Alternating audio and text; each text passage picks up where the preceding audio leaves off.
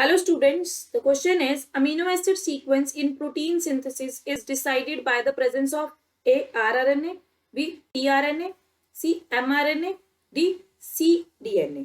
So बच्चे अगर मैं central dogma of molecular biology की बात करती हूँ, central dogma of molecular biology की बात करती हूँ, तो central dogma of molecular biology क्या कहता है हमें कि there is DNA a genetic material. DNA is a genetic material of an organism and DNA dependent DNA synthesis occurs, that is called replication in the S phase of cell cycle.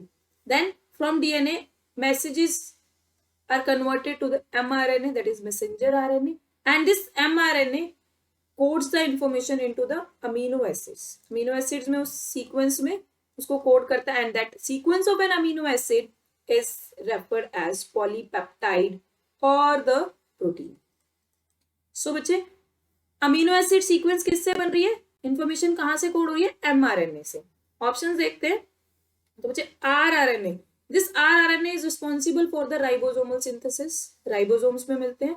TRNA act as an adaptor molecule, adaptor molecule है जो कि amino acid को सिर्फ carry कर रहा है. MRNA में जैसे कोडोन होंगे, जैसे बेस पेयर होंगे, उसी के बेसिस पे अमीनो एसिड सीक्वेंस बनेगी. So mRNA is the answer.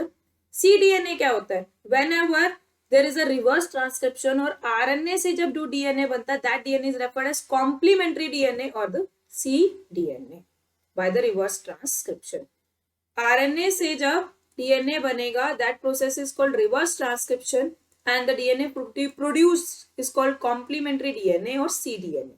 So amino acid sequence जो protein synthesis में decide हुई है, वो कौन decide करेगा, mRNA molecule. So the correct answer here is option C.